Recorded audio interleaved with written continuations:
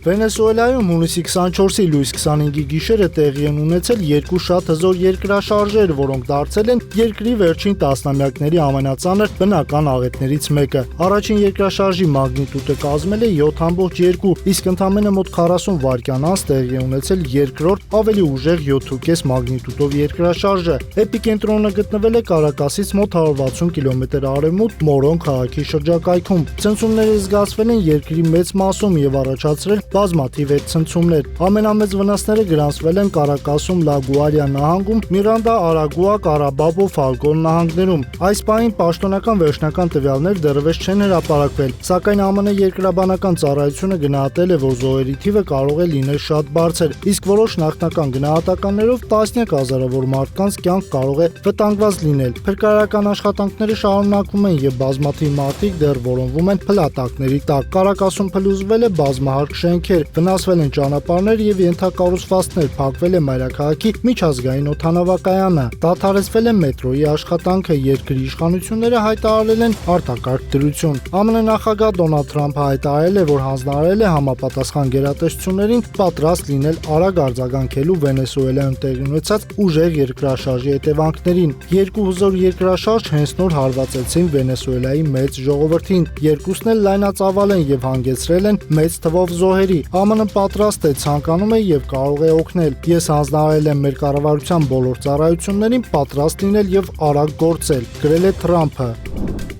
Բանակցությունները շատ լավ են ընթանում, ինչպես գիտեք, մենք հաղթում ենք մեծ տարբերությամբ, Իրանը շատ էական զիջումների է գնում։ Կտեսնեք, թե ինչ կլինի հետո, բայց սա շատ հզոր էր, ասել է Թրամփը։ Թրամփը նաև նշել է, որ Իրանի իշխանությունները հավաստիացրել են ԱՄՆ-ին, որ Հորմուզի նեղուցով նավերի անցման համար վճար չեն գանձում։ Եթե պարզվի, որ վճարն այնուամենայնիվ գանձվում է, ապա ԱՄՆ-ն անհապաղ կդադարեցնի բանակցություններն իրանական կողմի հետ, գրել է Դոնալդ Թրամփը։ ԱՄՆ-ն եւ Իրանը ժամանակավոր ընդմիջումից հետո հաջորդ շաբաթ ամենայն հավանականությամբ հունիսի 30-ին կվերսկսեն փորձագիտական մակարդակի բանակցությունները փոխըմբռնման երկկողմ հուշագրի կատարման վերաբերյալ, հայտնել է Պակիստանի ԱԳՆ պաշտոնական ներկայացուցիչը։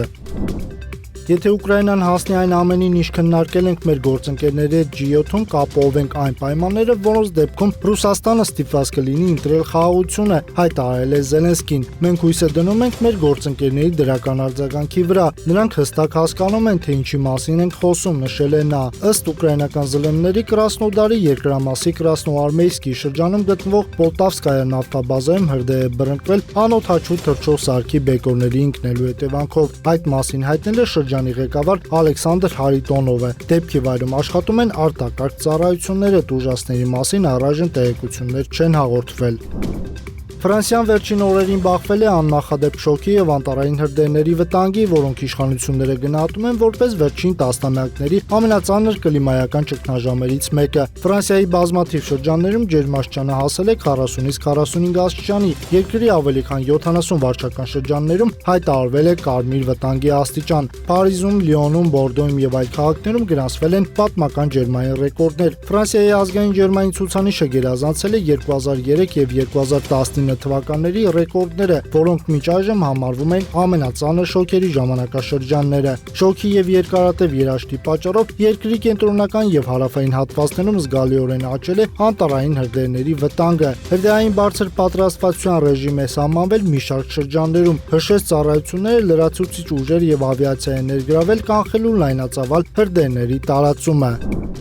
Միացյալ Նահանգներում անտառային հրդեհների իրավիճակը շարունակում է սրվել։ ԱՄՆ ազգային միջգերատեսչական հրշեջ կենտրոնի տվյալներով երկրում միաժամանակ ակտիվ են տասնյակ խոշոր հրդեհներ, որոնց մարման աշխատանքներին ներգրաված են ավելի քան 6200 հրշեջներ եւ մասնագետներ։ Տարբեր աղբյուրների համաձայն հրդեհային օջախներ եւ բարձր հրդեհավտանգ պայմաններ արձանագրվել են առնվազն 11 նահանգներում։ Յուտա նահանգում Iron Fire խոշոր հրդեհը ստիպել է տարանել Էվրիկա քաղաքի բնակիչներին։ Կրակը կարճ ժամանակում ընդգրկել է ավելի քան 13000 ակր տարածք, իսկ ուժեղ քամիներն ու երաշտը դժվարացրել են դրա վերահսկումը։ Վերջին մեկ օրվա ընթացքում ԱՄՆ-ում գրանցվել է ավելի քան 80 նոր հրդեհ։